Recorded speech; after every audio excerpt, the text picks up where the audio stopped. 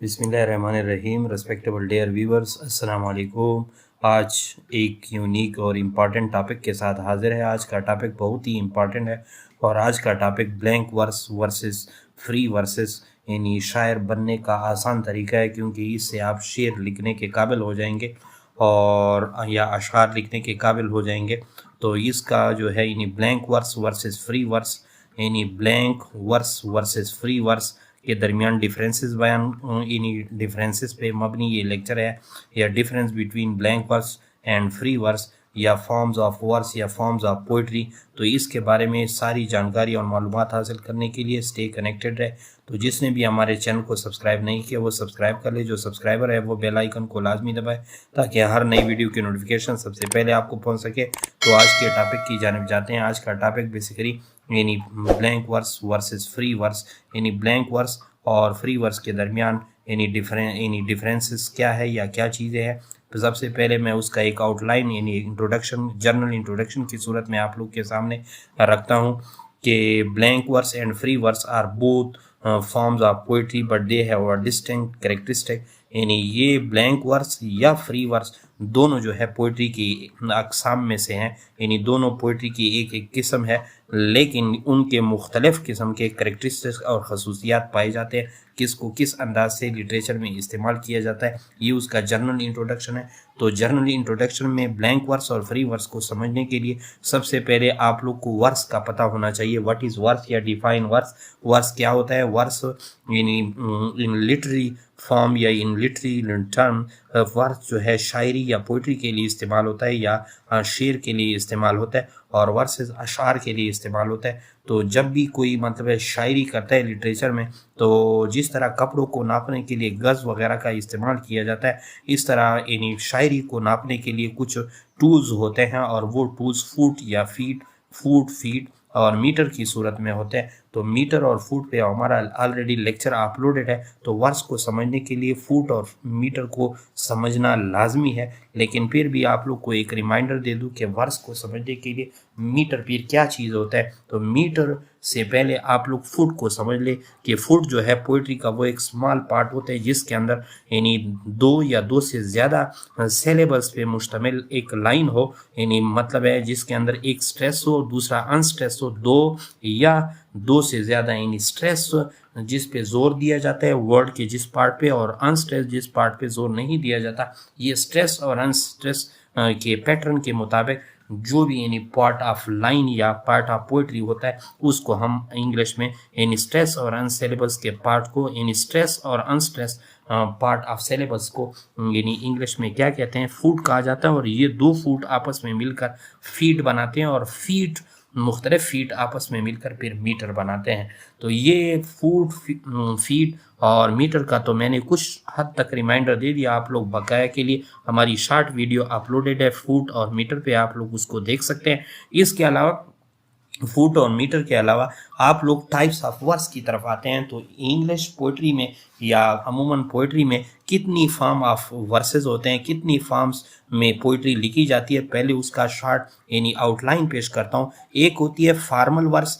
Formal verse जो होती है मयारी या स्टैंडर्ड वर्स या स्टैंडर्ड शायरी, जिसमें यानी क्या होता है उसके अंदर मीटर भी होते हैं, यानी जिसकी कंपोजिशन मेट्रिकल होती है, जिसके अंदर मीटर भी होते हैं एंड राइम भी होते हैं, यानी उसके यानी हम आवाज़ अल्फाज पे या उसकी इख्तिताम होती है जिसको हम राइमिंग स्कीम कहते हैं। तो वो फॉर्मल वर्स में राइमिंग स्कीम भी उनका होता है और मेट्रिकल कंपोजिशन, उसके अंदर मीटर भी होते हैं, उसको नापा भी जा सकता है, एंड राइमिंग स्कीम और हम आवाज़ अल्फाज की वजह से उसका यानी उसका एनालिसिस भी किया जा सकता है। तो ये फॉर्मल वर्स उसकी पहली किस्म है। दूसरी किस्म ब्लैंक वर्स है। ब्लैंक वर्स में क्या होता है, जिसमें मेट्रिकल कंपोजिशन तो होती है यानी मीटर तो होते हैं, लेकिन अनराइम्ड होते हैं, उसकी दो यानी हम आवाज़ अल्फाज पीछे नहीं होते, तो वो अनराइम्ड होते हैं और मेट्रिकल कंपोजिशन उसकी होती है।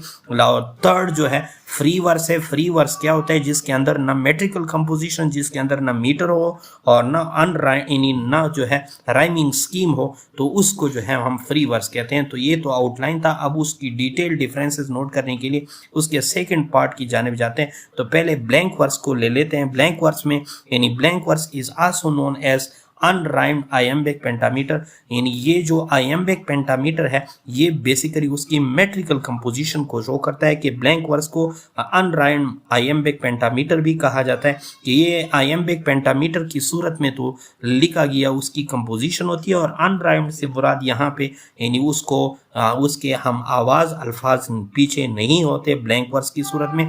Blank verse is a form of poetry that follow a specific meter, जिसके अंदर एक यानी फॉर्म ऑफ पोइट्री वो होती है यानी ब्लैंक वर्स में जिसके अंदर एक खास किस्म का मीटर यानी मीटर उसके अंदर यानी नापने के लिए मीटर उसमें रखे गए होते हैं। और टॉपिकली आयम्बिक पेंटामीटर, उसमें आयम्बिक पेंटामीटर यानी स्ट्रेस फॉलोड बाय अनस्ट्रेस होता है, where each line consist of 10 syllable, यानी जिसके अंदर 10 सिलेबल होते हैं। यानी ब्लैंक वर्स में 5 + 5 यानी स्ट्रेस प्लस अनस्ट्रेस बीट होते हैं with alternating stress and unstress beat. यानी इसमें ये होता है कि जो ब्लैंक वर्स होते हैं उसके अंदर 10 सिलेबल होते हैं, यानी 5 स्ट्रेस होते हैं एंड 5 अनस्ट्रेस होते हैं। और इसी तरह उनका जो ब्लैंक वर्स को हम यानी क्या कहते हैं, उसकी मेट्रिकल पोजीशन जाहिर करती है आयम्बिक पेंटामीटर के नेचर से। और इस तरह blank verse doesn't rhyme at the end of each line, giving it more natural and flowing rhythm। Flowing rhythm और नेचुरल टच देने की वजह से उसके पीछे उसकी राइमिंग स्कीम नहीं बनती, अगरचे उसके अंदर मीटर नापे जा सकते हैं, तो ये ब्लैंक वर्स कहलाते हैं। यानी ब्लैंक वर्स में आप लोग जो है यानी मीटर उसके अंदर होता है लेकिन उसकी राइमिंग स्कीम नहीं बनती। और Henry Howard Earl of Surrey is considered as one of the first poet to use blank verse in the English literature. यानी Henry Howard Earl of Surrey जो था वो फर्स्ट पोएट था जिसने ब्लैंक वर्स इंग्लिश लिटरेचर में इस्तेमाल किया। It is also used by the eminent writers such as John Milton, William Shakespeare, Christopher Marlowe, John Donne and John Keats. इन्होंने भी, इन शायरों ने भी, जो लिटरेरी फिगर है, इन्होंने भी यानी ब्लैंक वर्स को इस्तेमाल किया। For example in Shakespeare Hamlet you can find many instances of blank verse like to be और not to be, that is the question. यानी यही जो टू बी और नॉट टू बी जो यानी उसका यानी लाइन है, तो आप लोग उसमें देख सकते हैं कि एक टू और बी, तो टू पे ज़्यादा स्ट्रेस दिया जाता है और बी पे स्ट्रेस नहीं है। इस तरह नॉट और पे फिर स्ट्रेस, आर नॉट पे फिर स्ट्रेस नहीं है और टू बी पे फिर स्ट्रेस है। तो ये स्ट्रेस और अनस्ट्रेस की वजह से हम कह सकते हैं। फिर इसके बाद दैट इज द क्वेश्चन, यानी दैट पे ज़्यादा जोर स्ट्रेस है और फिर इज द क्वेश्चन पे इतना अनस्ट्रेस है। तो ये स्ट्रेस अनस्ट्रेस सिलेबल की वजह से ये मेट्रिकल कंपोजिशन तो उसकी है, लेकिन अगर आप लोग बी यानी टू बी और नॉट टू बी के पीछे देख लें, यानी बी के पीछे ई है और क्वेश्चन के पीछे एन है, तो उनकी राइमिंग जो है यानी ये नहीं बनती है, यानी उसका आखिरी आवाज अल्फाज एक ही तरह नहीं है। तो इसी वजह से हम ब्लैंक वर्स को कह सकते हैं कि ब्लैंक वर्स के अंदर मीटर तो होते हैं लेकिन उसके अंदर यानी राइमिंग स्कीम नहीं होती या उनके हम आवाज अल्फाज पीछे नहीं रखे जाते। और ये इन शायरों ने इस्तेमाल किए जो मैंने अर्ज किए। इसके बाद थर्ड फॉर्म पे यानी फ्री वर्स है। फ्री वर्स के डिफरेंसेस उस ब्लैंक वर्स की तरह, यानी फ्री वर्स के टाइटल से जाहिर है कि उसके अंदर कोई ना यानी राइमिंग स्कीम होती है और ना मीटर होते हैं, ये सब कुछ से आज़ाद होता है। Free verse on the other hand doesn't adhere to a specific meter of rhyme scheme, यानी ना राइमिंग स्कीम होता है उसका, यानी राइम स्कीम होता है और ना doesn't adhere to a specific meter, ना उसके अंदर कोई मीटर होते। It allows poets to have more freedom in terms of the line length, rhythm and structure। तो ये पोइट्स को या शायर हजरात को बिल्कुल खुली छुट्टी देते हैं कि कैसे अशआर का स्ट्रक्चर रखते हैं, कैसे उसकी रिदम रखते हैं और कैसे उसका लेंथ रखते हैं। Free verse doesn't follow traditional rule, और ये इन रिवायती रूल्स को जो है फॉलो नहीं करते, which can create more open and innovative style of poetry, और इससे एक नई शरह नवीसी के तहत पोइट्री मार्ज वजूद में आती है।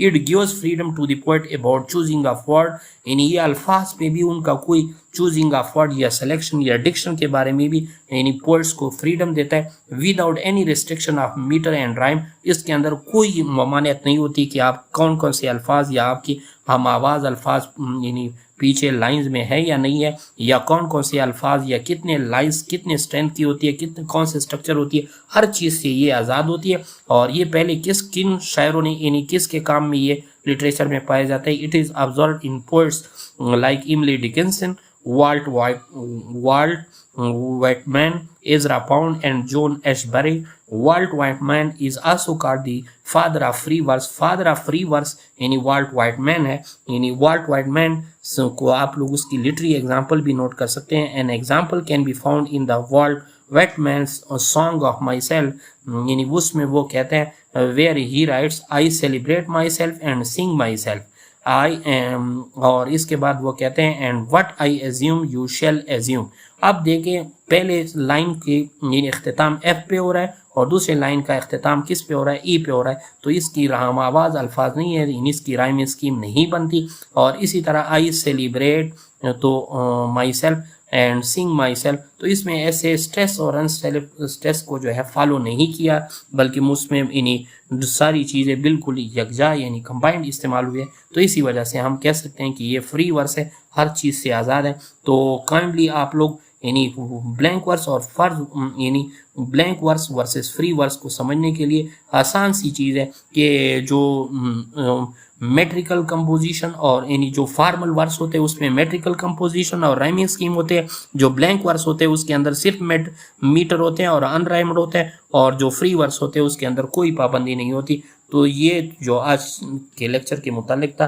तो नीचे जो है प्रोफेसर सैयद इशफाक अहमद शाह है ब्राइट इंग्लिश लर्निंग ऐप पर, या हमारे यूट्यूब चैनल का टाइटल भी आप लोग उसको लाइक एंड फॉलो भी कर सकते हैं और सब्सक्राइब भी कर सकते हैं.